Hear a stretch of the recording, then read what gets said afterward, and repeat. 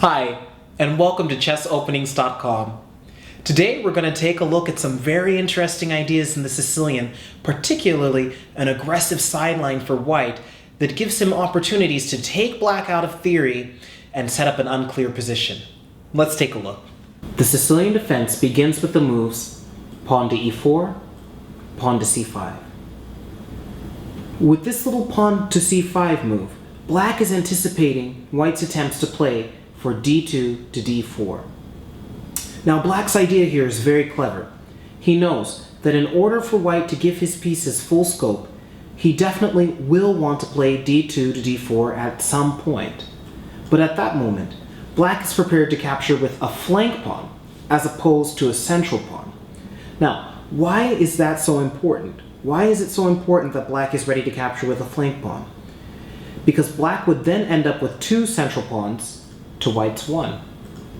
This is really useful if eventually black decides to attack the center or simply restrain white's pieces from occupying central squares. We'll get a chance to see plenty of that in other videos where white plays his most popular ideas. But today, I want to take a look at a really interesting alternative to the main lines known as the c3 Sicilian, which begins, fittingly enough, with the move pawn to c3. Now with this little move, white is going to foil black's intentions of gaining a central majority. That's because by preparing d2 to d4 in this way, white guarantees that he will be able to recapture with a pawn after black captures on d4. That way he'll still have two center pawns. This is a very ambitious strategy by white, and it also has the advantage of avoiding a lot of theory. But let's see if we can identify any drawbacks to this move. Well, opening principles say that, in general, we should try to avoid making too many pawn moves in the opening. Instead, we should try to get our pieces out as quickly as possible. White's move c to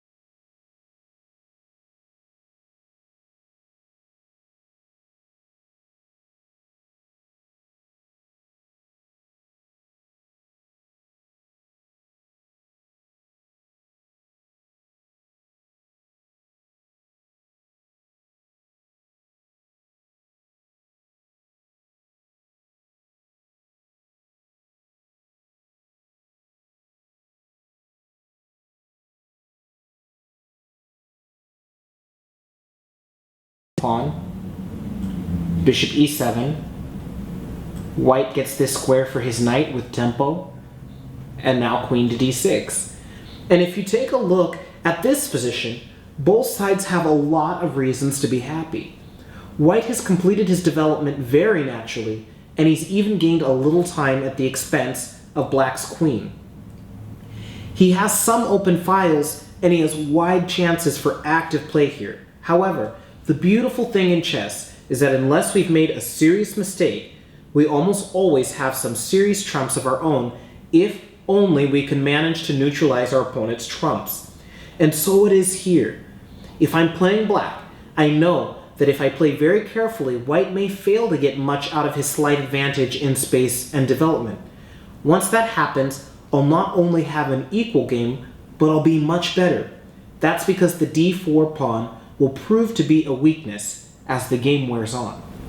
So the move pawn to d5 leads to interesting play for both sides. Both sides find comfortable squares for their pieces, and the game becomes very interesting and complex, leading to an isolated queen's pawn situation. It's not clear who's better in this situation, and White's not exactly pushing Black around. However, he does avoid a lot of theory, and he gets a very complex game for both sides. The other popular idea for Black that I'd like to show you is quite a bit different, and it begins with the move knight to f6.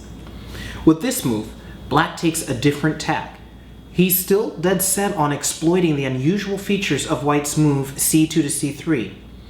After the inevitable pawn to e5, knight to d5, the presence of Black's knight in the center is actually a serious annoyance for White.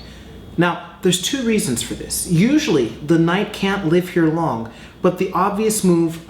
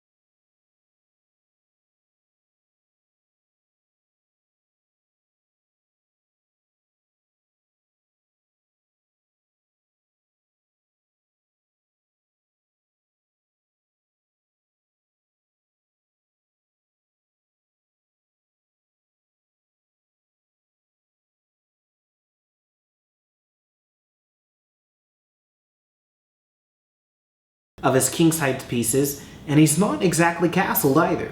So white normally still gets interesting play here, using such moves as knight a3, which aims to bring this knight to one of these key squares. And now black finally does in fact capture on c3.